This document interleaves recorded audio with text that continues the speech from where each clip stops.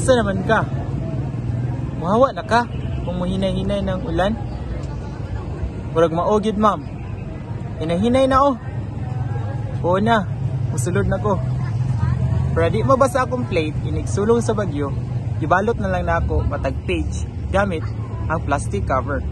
Maay na lang kay naami tindahan o school supplies sa una. Dali ra kayo ko nagka-diskarte. Libre pa gyud. Bayri na daw na. Nya na, iniglakaw na ko. Hala, sa letrang B. Wisit. Wisit ni bagyo ah.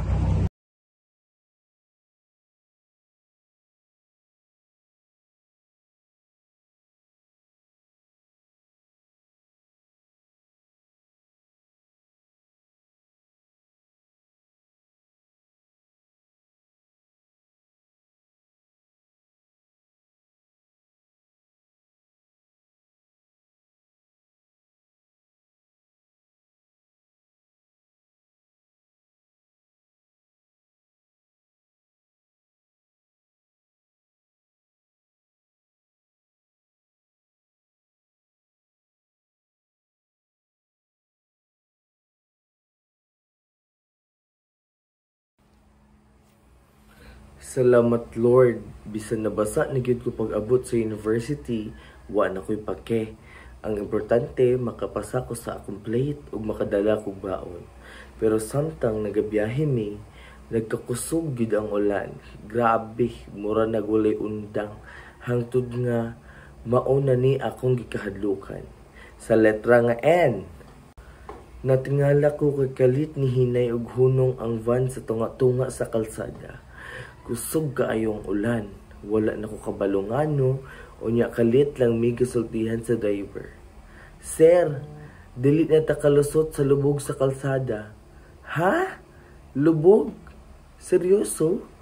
Pagtanaw na ako sa bintana, grabe, murag suba ang kalsada.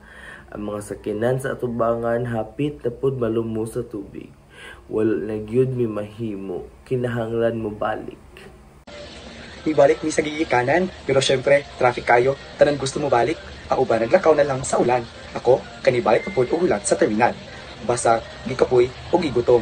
Pero okay ra, gihapon. Kay giingnan na ako akong kugalingon, at least, buhi pa ko og luwas gihapon. Sa letrang O, O Lord, salamat kaayo.